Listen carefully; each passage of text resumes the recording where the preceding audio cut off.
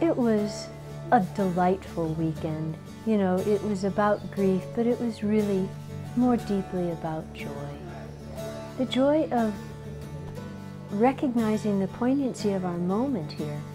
And I have to say, the little oasis that you've created is beautiful. In 20 months' time, they have this amazing homestead, a huge garden, trees with the names of the trees clearly marked so you learn as you take your walks up and down to the lovely lodging. And the lodging was a joy. It felt like camp, where it was just so warm and open and intelligent.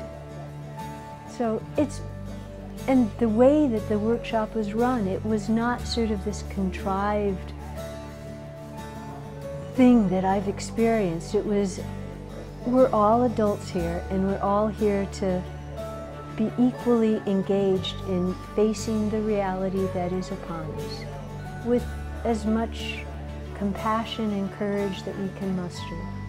So I applaud Pauline and Guy and their ability to be phoenixes again.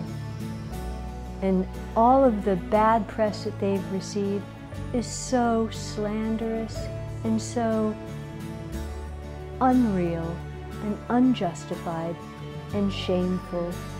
You know, here they are trying to live with right livelihood despite the fact that the world has gone crazy and trolls are trying to tear that apart.